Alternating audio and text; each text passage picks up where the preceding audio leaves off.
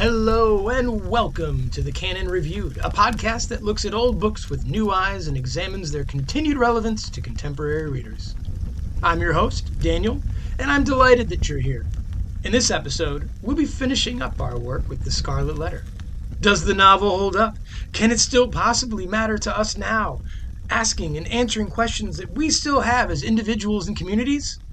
We'll talk about that today and so much more, so please pull up a chair by the fire and let's conclude our discussion of Nathanial Hawthorne's The Scarlet Letter. Back in episode 0, I listed the primary questions we'll be asking of each text as we go through them. Now, rather than repeat them verbatim here, I'll just say that, broadly speaking, we'll be examining themes, characters, storytelling, language, and historical context. While every piece of literature will generate its own varied topics of discussion, and some books offer deeper dives into different places than others, there are some general big picture things that we can discuss for each. Now, at the end of the day, or every book anyway, our main focus is to assess whether or not an old piece of literature has maintained its relevance over time. And we may very well conclude here today that, if we're being honest, Hawthorne's classic might not matter so much to our contemporary situation as readers and as people. That's okay. Not every book is going to hold up to this kind of scrutiny, but each deserves the discussion, and talking about all this stuff is often, well, I hope, its own reward. So, now, let's start thinking about those big questions and see how we might answer them in the case of The Scarlet Letter. We'll start with the novel's structure, the way the whole thing is put together, as we think about what aspects of storytelling may have retained their fascination to younger or contemporary readers. At heart, The Scarlet Letter isn't all that different from a soap opera. Now, in episode 1, I actually compared it to a telenovela, and I don't consider that a bad thing. Soap operas have remained popular for as long as they have for a reason. The combination of intense melodrama and unforeseen connections and coincidences, it's exciting. If you're into a soap opera, it's largely because you're always on your toes, because literally anything could happen next. I feel like the genre gets a bad rap from the more hoity-toity out there, but I don't know anyone who didn't have to get dragged away from the TV once they started watching one of these shows. Personally, I haven't involved myself in one because I know who I am, and there's no way I could find my way out of that labyrinth. Well, anyway, think of all the things that happen in the novel and you'll see what I mean. I wonder if Hawthorne started the tropes that have come to define the soap opera genre. First, the story is a love triangle, and that shape is one of the best for generating conflict, while at the same time limiting the number of actors so that we can easily follow the drama. Now, look at the 3 central characters. The husband, back from the dead, finds he's been supplanted by the younger and more attractive man who must stay in hiding lest his professional life tumble into ruin. The woman, at the center of it all, forced to choose between her heart and her head. The 3 revolve around each other's axes the whole time until they finally spin quickly into a ball, the climactic moment tearing them all apart. That's great, and is economical, for the primary conflict of the novel takes little time to digest, and we just kind of know it already. As receivers of story, we have been primed for The Scarlet Letter.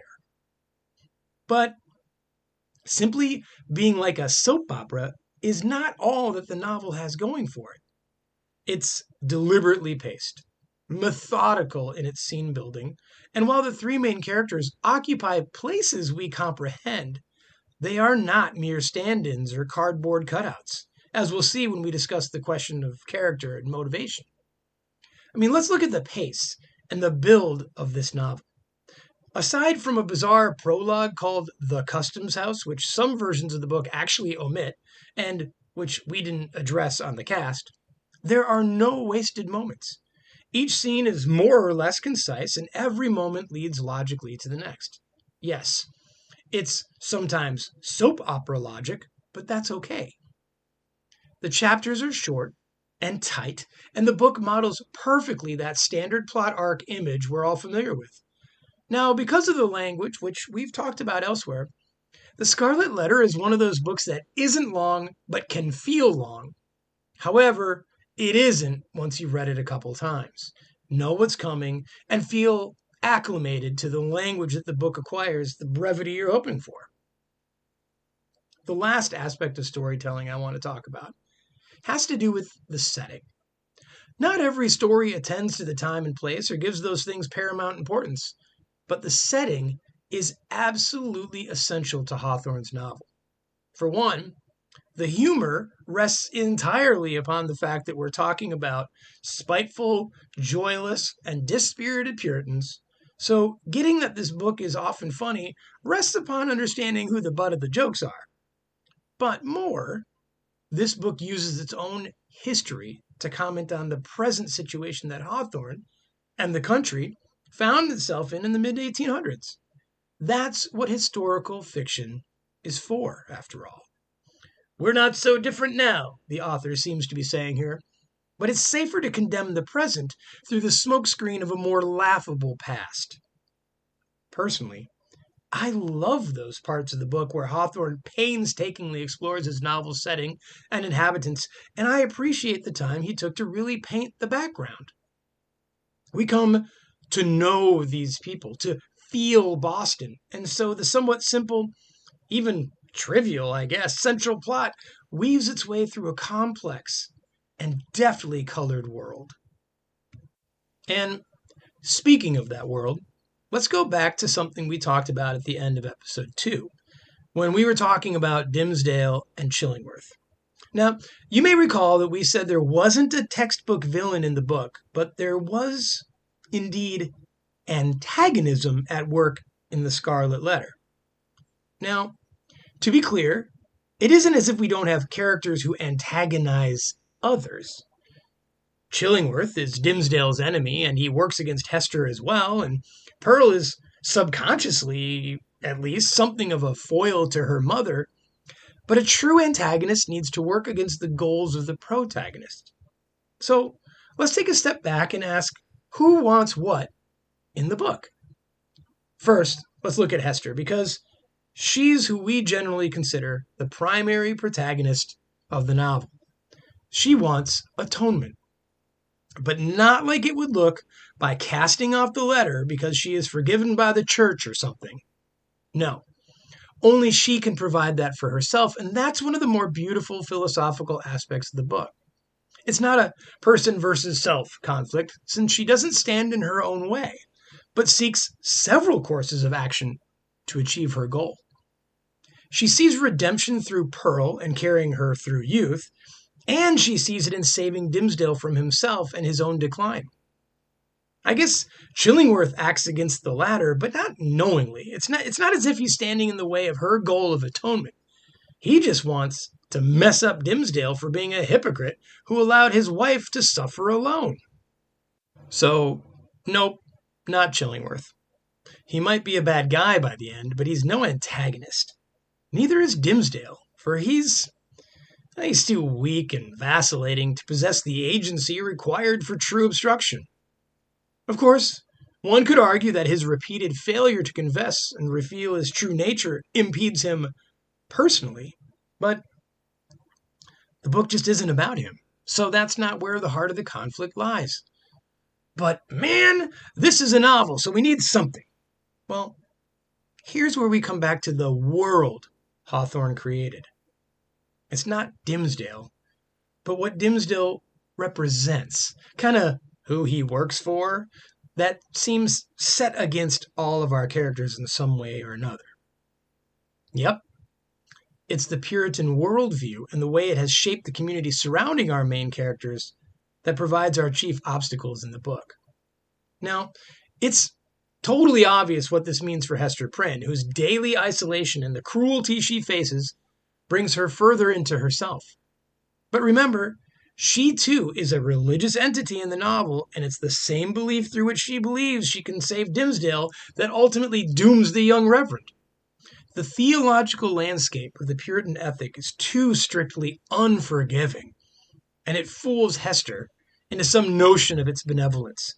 But the learned Dimmesdale sees quite clearly that only through his death could he hope to achieve some sort of atonement.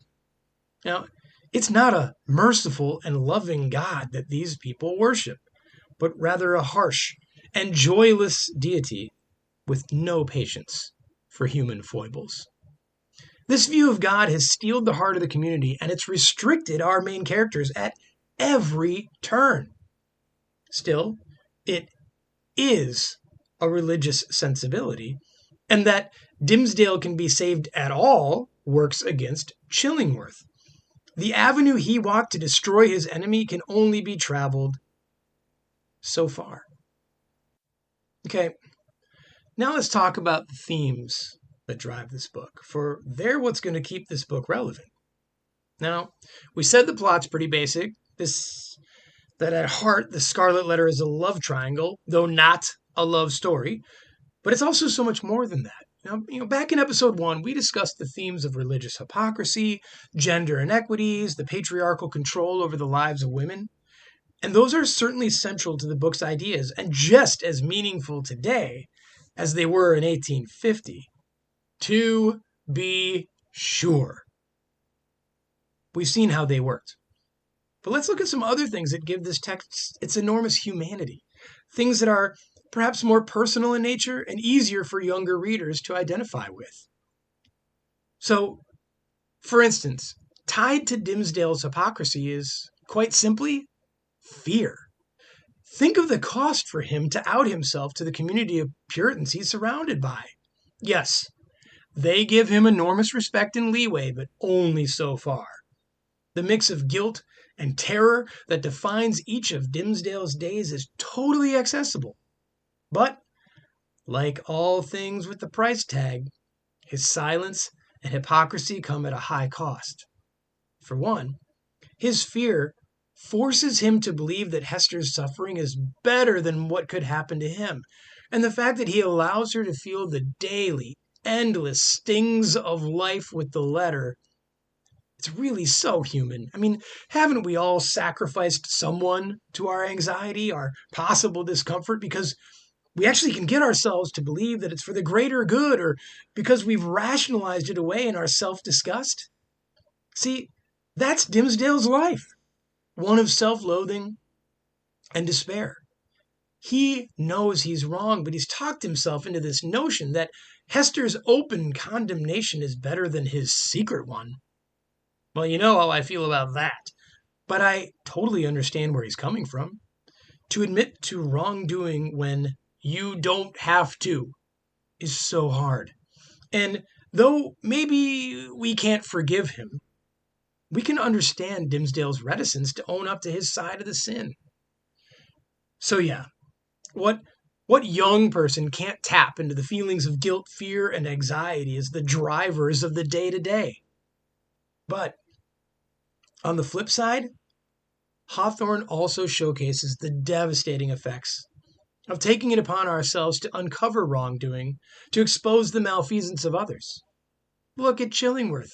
The man is consumed by revenge, and just as Dimmesdale can make himself believe his silence is holy and theologically important, Chillingworth concludes that the death of his soul, his kindness, even his intellect, are reasonable prices to pay for his righteous destruction of the reverend. Revenge doesn't lead to contentment. And the fact that he has bent his whole life on it inevitably dooms the enterprise to failure. You can't just have one thing to move towards, especially if it's simply your own investment in causing pain in another. Dimmesdale, by admitting his involvement finally at the end of the novel, defeats Chillingworth because there was nowhere left for the old scholar to go. There was, quite simply, for sure in the world of this book, no way for Chillingworth to win. Hawthorne explores this whole thing near the end of the book, and I'm going to take some time here to read a long and beautiful passage about Chillingworth and how he ends up, because it encapsulates these two things marvelously well. This passage comes after Dimmesdale's death and the discussion of the aftermath of the crazy events of his demise. Nothing was more remarkable than the change which took place almost immediately after Mr. Dimmesdale's death in the appearance and demeanor of the old man known as Roger Chillingworth. All his strength and energy, all his vital and intellectual force seemed at once to desert him, in so much that he positively withered up, shriveled away, and almost vanished from mortal sight, like an uprooted weed that lies wilting in the sun. This unhappy man had made the very principle of his life to consist in the pursuit and systematic exercise of revenge. And when, by its complete triumph and consummation, that evil principle was left with no further material to support it, when, in short, there was no more devil's work on earth for him to do, it only remained for the unhumanized mortal to betake himself whither his master would find him tasks enough and pay his wages duly. But to all these shadowy beings, so long our near acquaintances, as well Roger Chillingworth as his companions, we would fain be merciful. It is a curious subject of observation and inquiry, whether hatred and love be not the same thing at bottom. Each, in its utmost development, supposes a high degree of intimacy and heart knowledge. Each renders one individual dependent for the food of his affections and spiritual life upon another. Each leaves the passionate lover, or the no less passionate hater, forlorn and desolate by the withdrawal of his object. Philosophically considered, therefore, the two passions seem essentially the same, except that one happens to be seen in a celestial radiance, and the other in a dusky and lurid glow. In the spiritual world, the old physician and the minister, mutual victims as they have been, may, unawares, have found their earthly stock of hatred and antipathy transmuted into golden love.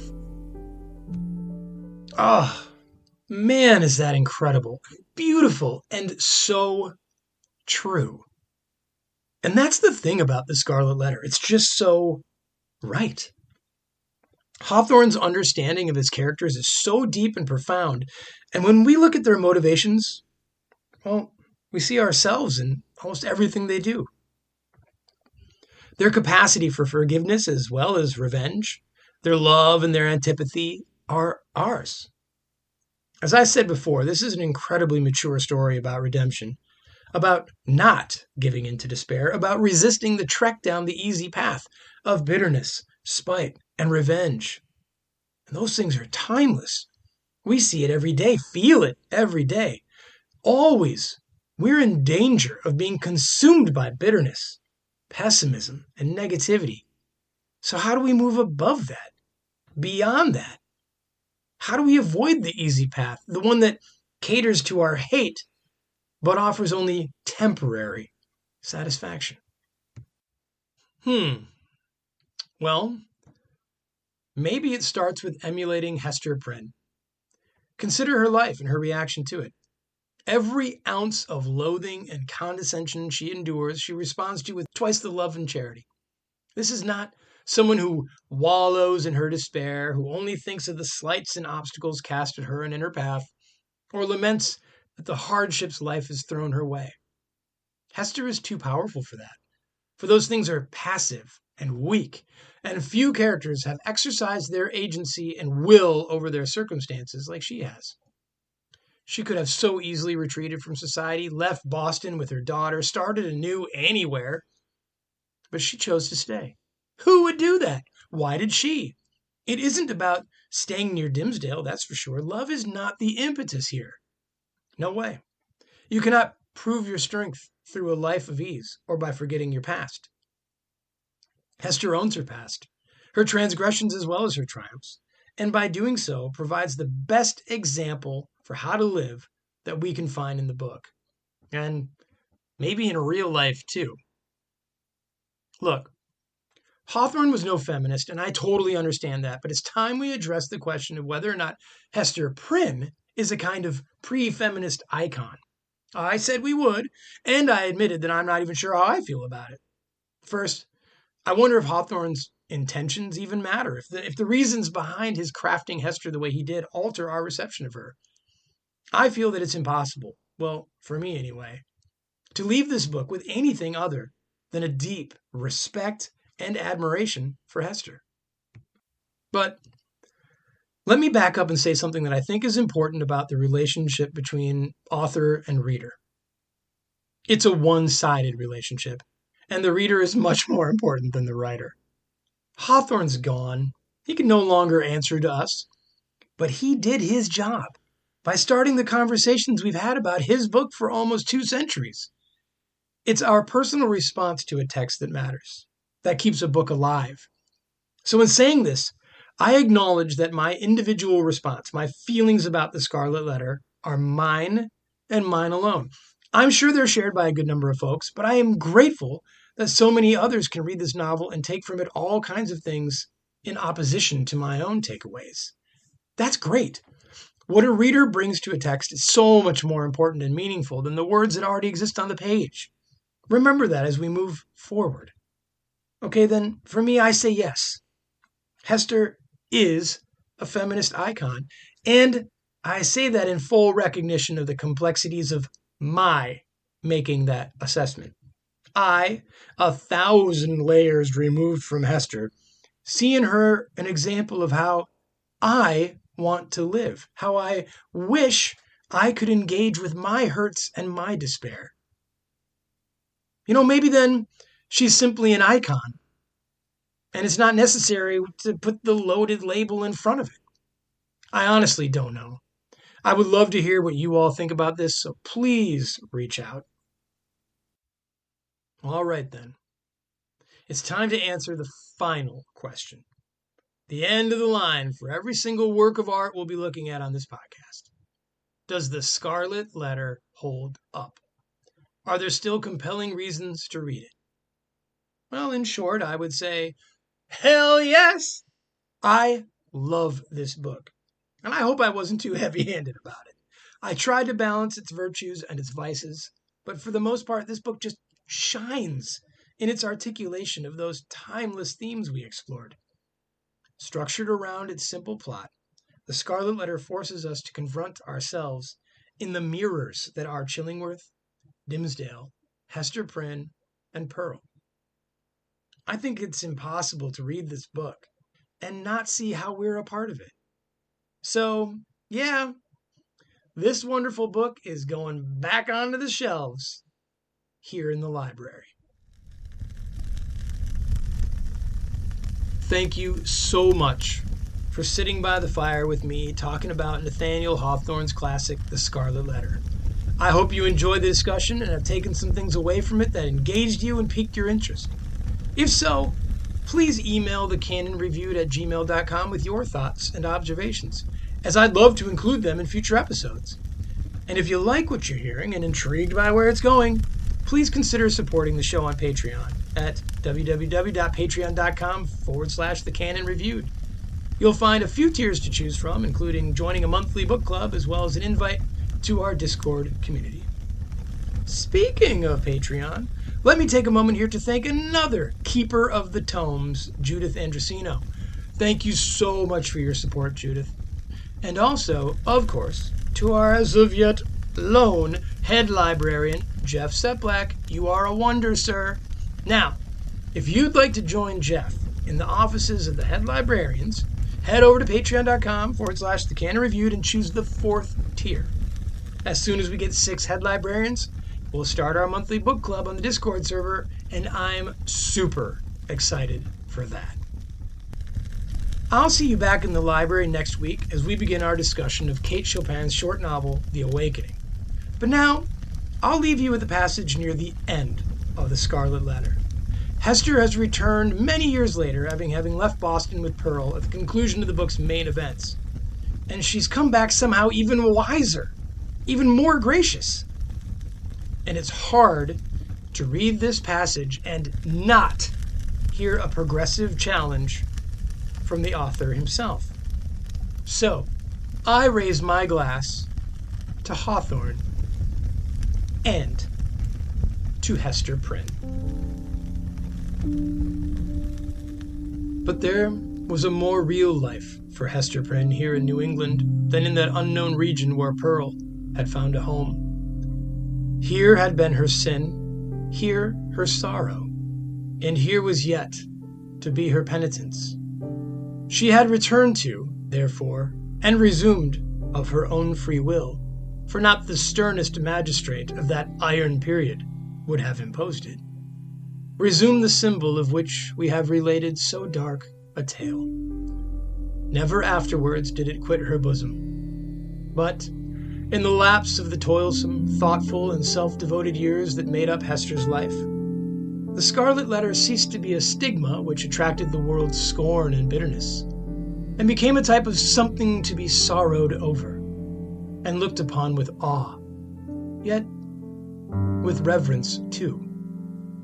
And, as Hester Prynne had no selfish ends, nor lived in any measure for her own profit and enjoyment, people brought all their sorrows and perplexities and besought her counsel, as one who had herself gone through a mighty trouble.